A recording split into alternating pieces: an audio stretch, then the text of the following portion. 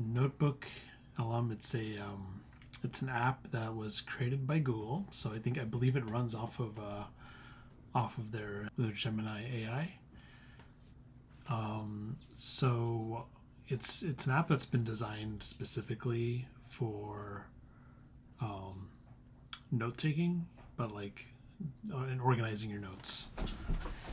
Google brought on a nonfiction writer. I can't remember his name when they were coming up with the designs for this, and it's a pretty cool app, especially if you are big in the note taking world, and you can see it's a Google experiment, which is what it is. So to get started, one of the things you will notice at first is I like this that they have like some sort of wayfinding as soon as you get started. So I can go to an introduction to notebooks. I can go see like how does this work? What type of documents can be used here? It tells me the file sizes, the file types.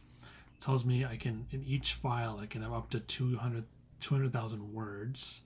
And for each notebook, I can have up to 20 sources, and I can make 1,000 notes. So that's 2 million.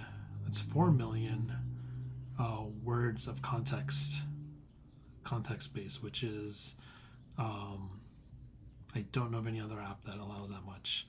What you'll notice, like as soon as I went into the sample, is on the left side. These are all the documents that are being referenced for this conversation. And one of the really cool things about this, so another thing, like as soon as you open up a document, you see a summary. And if I go and if I click on sources here, it automatically generates a prompt to discuss sources, and starts to load that up, and then there's like 10 citations. I've noticed that it seems like everything has 10 citations, so that must be like the max.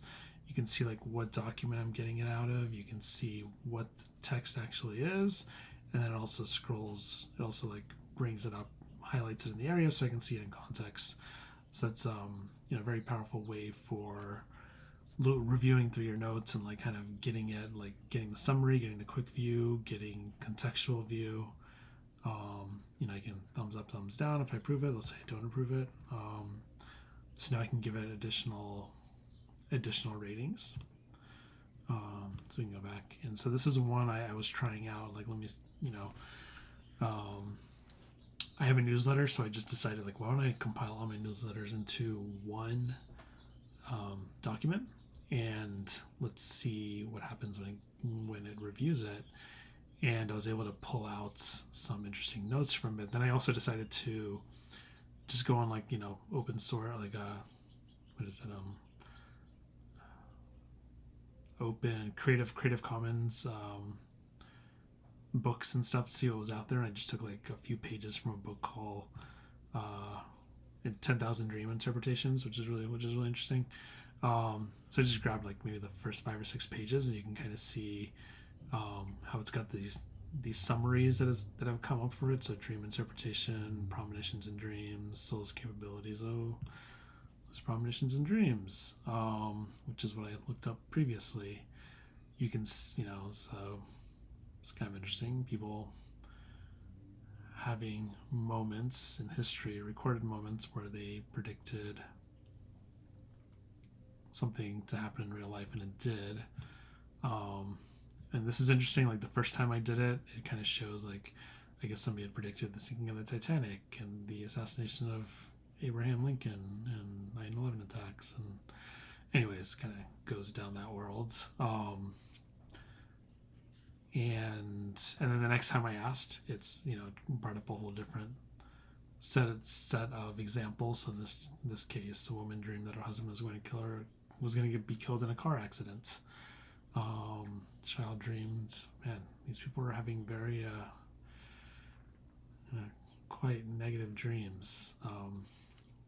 But anyways, like that's interesting, and I have noticed it's consistently 10 citations for all of them. I can copy, I can pin a note, right? So if I pin a note, you'll see that it shows up over here. And then I can add a note, and you'll notice that the difference between the notes I add and the ones that are already, that the AI generates, they're purple and mine are green. There's no other way of distinguishing that. And then I guess you just have this set of notes. It doesn't look like there's any way to organize them. Then you can also see sample prompts I can go with. If I wanted to, I can just click on a sample prompt if I don't have any thoughts or ideas of my own of what to write, what to ask for. And now it's going to be looking at two sources. So it tells me it's looking at both of these sources. So one of my newsletters was about the infinite game. So let's see what comes up. Tell me about the infinite game. Okay, so you see how it goes back to the history of all the different chats. Concept is coined by James Garce. Yeah, again, I can go look through and see like where in my notes did I talk about this stuff, or where in my newsletters or notes can we find this. You can see different examples that it references and pulls back to.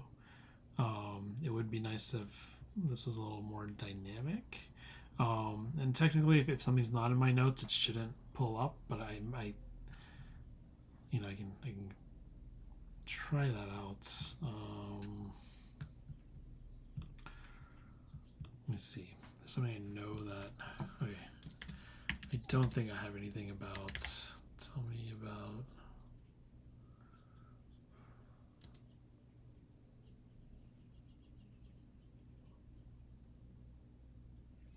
Cardinals. I don't think I have anything about cardinals in my notes. Of course, the dream interpretation might have something there.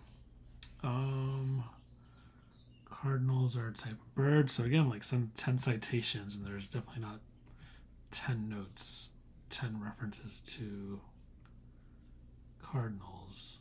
Yeah, this is clearly from the dream doc. No, wait. This is from my newsletter. I don't remember this. Yeah, there's nothing about a cardinal in that. So yeah, it is prone to make errors. This is from the dream interpretations. Don't even see I don't see the word cardinal in here. So anyways, it's like, it's not supposed to pull anything that's not in my notes, but I think the way the systems are typically set up, that they will they always come back with a positive response instead of like an error that says nothing like this exists. So that's clearly operating in that same paradigm. But either way, it's a really powerful tool, especially for intense workflows or like digging through research or compiled knowledge of things over time. Definitely a powerful tool and a pretty interesting UI from a UI perspective,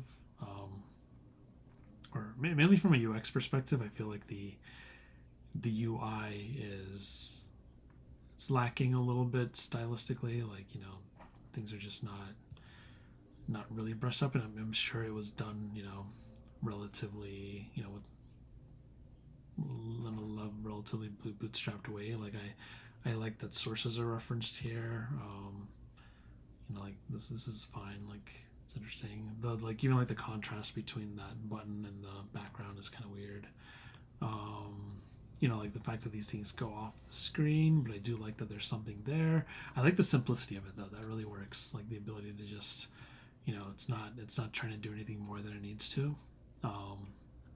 Giving me notes, again, 10 citations each of them. But I do like that it has that citation piece on it. And interesting. So when I open the note, I can't reference the citations. Looks like I have to go back to the chat to see this to do that. That's a little annoying. But I do appreciate that. It's a cool UI thing of like the way, like that's probably maybe the strongest part of the whole UI, is that ability to see the highlights while being able to see the just the highlighted area. Um, the ability to pin notes makes it simple. Like I think at some point you're going to need the ability to tag notes, to organize them, maybe folders. Like yeah, it's like now that I've gotten these, I don't know if I can actually search within the notes right now. I don't think I can do that. I can only search the documents and pull out notes. So yeah, there's just a missing layer of like, what do I do with these? When it comes to adding sources, I can add them from the drive. I can PDF, text files, or copied files. So it's pretty standard, and I think that's all you really need at this point. No web links, which is probably better for copyright protections. But anyways, so I think it's a pretty powerful tool.